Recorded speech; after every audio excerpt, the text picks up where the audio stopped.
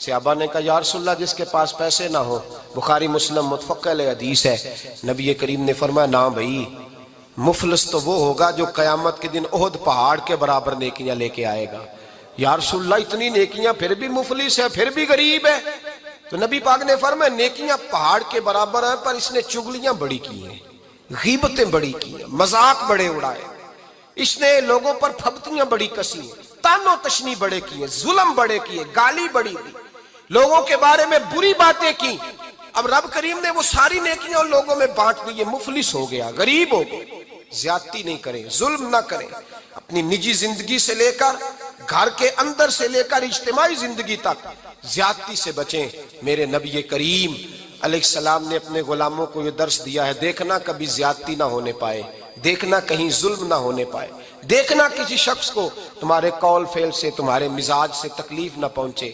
میرے بھائیوں، حضرت وہب ابن منبہ علیہ رحمہ فرماتے ہیں کہ بنی اسرائیل کے اندر ایک بادشاہ محل بنانے جا رہا تھا۔ محل آج بھی جس آدمی کی سوسائٹی کے اندر 2-4 قلعے 2-4 ایکڑ کسی غریب کے آ جائیں، وہ یا تو اسے دھمکاتا ہے یا بلیک میل کرتا ہے، کچھ نہ ہو سکے تو پھر قتل ہی کرا دیتا ہے معاذ اللہ۔ اور یہ خبریں عام ہمیں سننے پڑھنے اور دیکھنے کو ملتی ہیں۔ بادشاہ محل بنانے جا رہا تھا، ایک غریب بی بی رہتی تھی، اس کی جھونپڑی بادشاہ کے محل کے نقشے میں آتی تھی۔ بادشاہ نے کہا بی بی منہ مانگی قیمت لے لو، خالی کر دو یہ مکان۔ بزرگوں کو اپنے جھونپڑیوں سے بڑی دلچسپی ہوتی ہے، بچے سوسائٹیوں میں چلے جاتے ہیں، ابا جی کہتے ہیں مجھے گاؤں میں رہنے دو، میرا یہی دل لگتا ہے، مجھے اس گھر سے دلچسپی ہو گئی۔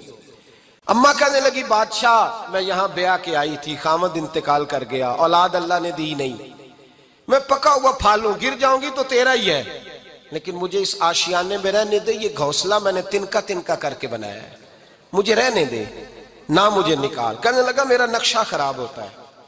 بی بی سارا دن مکان میں بیٹھی رہتی کہ میری جھونپڑی ٹوٹ نہ جائے، ظالم کی نظر میں آ گئی ہے کہیں میرا یہ آرزوؤں کا محل چکنا چور نہ ہو جائے، سارا دن ڈیوٹی کرتی۔ بادشاہ نے بھی 2-4 سپاہی کھڑے کر دیے، جب گھر سے نکلے تو بلڈوز کر دینا، مکان کو گرا دینا۔ وہ خاتون کتنی دن بندہ بیٹھ سکتا ہے؟ ایک دن سر شام گھر سے نکلی، 2-1 گھنٹے کے بعد واپس آئی تو مکان گر گیا تھا، دیوار بن گئی تھی۔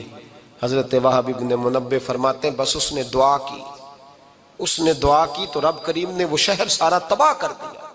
اس بی بی نے 2 جملے کہے تو الٹ پلٹ دیا وہ سارا شہر۔ میرے نبی کریم علیہ السلام نے فرمایا جب مظلوم کے ہاتھ دعا کے لیے اٹھتے ہیں تو عرش کا مالک آسمان سے کہتا ہے کھول دے سارے دروازے، اس کے بیچ کوئی پردہ نہیں رہنا چاہیے، آنے دے، مظلوم ہے، اس پر ظلم ہوا ہے، ظلم ہوا ہے۔ لوگ کہتے ہیں میں بے چین رہتا ہوں صاحب، مولانا صاحب، پیر صاحب، وہ گھر کے ایک کونے سے چیخنے کی آواز آتی ہے، کوئی دم مل جائے، کوئی تعویذ ہو جائے، کچھ ایسا ہو جائے کہ بچت ہو جائے، کوئی ایسی پھونک لگ جائے کہ آرام آ جائے۔ تو میں کہتا ہوں بھائی اگر بڑے دم کرانے سے بھی فرق نہیں پڑا، اگر بڑے تعویذ لینے سے بھی چیخیں بند نہیں ہوئی، تو ذرا ٹٹول کے دیکھ لو کہیں کسی یتیم کی آہیں ہی نہ دفن ہو وہاں، کہیں کسی غریب کا گوشت تو نہیں دبا لیا، کہیں کسی کو لوٹ کے تو دیوار نہیں بنا لی، کہیں کسی کا مکان پہ قبضہ کر کے تو نہیں بنایا۔ اگر لوٹ اور حرام کا مال ہو تو پھر چیخیں بند نہیں ہوتی، پھر سکون سے سویا نہیں جاتا، پھر وہاں آرام کی نیند نہیں آتی۔ حضرت وہب ابن منبہ فرماتے ہیں بی بی آئی اور آ کر کے اس نے جب دیکھا میرا گھر ٹوٹ گیا ہے، محل ٹوٹ گیا ہے، حالات بدل گئے ہیں، تو خاتون آتی ہے اور میرے بھائی دعا کی تو اس نے انداز ہی بدل کے رکھ دیے۔ مکان سے نکلی تو مکان ٹوٹ گیا، اور فرماتے ہیں واپس آئی تو ہاتھ پھیلا کے پتہ کیا کہتی ہے؟ کہتی اے اللہ میں تو موجود نہیں تھی، بتا تو کہاں گیا تھا؟ تو بھی موجود نہیں تھا، میں تو نہیں تھی، پر تو کہاں تھا؟ بس رب کریم نے حضرت جبریل کو حکم دیا، فرمایا یہ بستی الٹ دو، ساری تباہ کر دو، یہ لوگ نہیں رہنے چاہیے، جو ظلم تو سہتے ہیں بغاوت نہیں کرتے، نہیں رہنے چاہیے۔ صاحب طبقات کہتے ہیں میرے مصطفیٰ کریم سید عالم صلی اللہ علیہ وسلم کے وصال ظاہری کے ایام قریب آئے تو حضور نے سرخ پٹی باندھی، تیز بخار ہے نبی کریم کو، 2 صحابہ سہارا دے کے مسجد میں لائے، نبی پاک علیہ السلام کو بظاہر سہارا دے کے لایا گیا، کریم رسول نے لوگوں کو جمع کیا، حضور آج کیا ہونے والا ہے، آج کیا کہا جائے گا، آج کس لیے میٹنگ بلائی ہے؟ نبی کریم کے کل صحابہ جب مسجد میں جمع ہوئے تو کھچا کھچ مسجد بھری ہے۔ وصال ظاہری سے چند یوم پہلے کی بات، نبی پاک نے فرمایا آج تمہیں کوئی جہاد کی ترغیب نہیں دینی، آج کوئی نیا پیغام نہیں دینا، آج تمہیں بتانا ہے کہ رب نے اپنے بندے کو اختیار دیا ہے، چاہے تو دنیا میں رہے، چاہے تو اس کی بارگاہ میں حاضر ہو جائے۔ اس عبد نے بارگاہ ربوبیت کی طرف لوٹنے کا ارادہ کر لیا ہے۔ حضرت صدیق اکبر رونے لگے تو صحابہ نے کہا تمہیں کیا ہوا؟ کہنے لگے سمجھ نہیں رہے، کسی کی بات نہیں کر رہے، نبی پاک تو اپنی بات فرما رہے ہیں، اس نے جانے کا ارادہ کر لیا۔ سنیے میرے بھائی، محبوب پاک نے فرمایا بھائی کسی شخص کو میری طرف سے کوئی تکلیف پہنچی ہو تو بدلہ لے سکتا ہے، بدلہ لے سکتا ہے، کسی کو تکلیف پہنچی ہو۔ صحابہ پھوٹ کے رونے لگے، محبوبہ کرم ہی کرم ہوا ہے، رحمت ہی رحمت آئی، آپ کے بارے میں گمان کرنے والا بھی دائرہ ایمان سے نکل جائے گا۔ حضور آپ کیا فرما رہے ہیں؟ فرمایا نہیں بھئی اٹھو۔ پیچھے سے جناب عکاشہ بن محصن اٹھے، ہاتھ کانپتے ہیں، آگے بڑھے، کہنے لگے یا رسول اللہ ایک جنگ کے موقع پر آپ نے درہ مارا تھا، ننگی پیٹھ پر صفیں سیدھی کراتے، بات دل میں رہ گئی ہے، میں نے بدلہ لینا ہے۔ نبی کریم نے فرمایا بلال دوڑ کے جاؤ، فاطمہ کے گھر درہ پڑا ہے، درہ لاؤ۔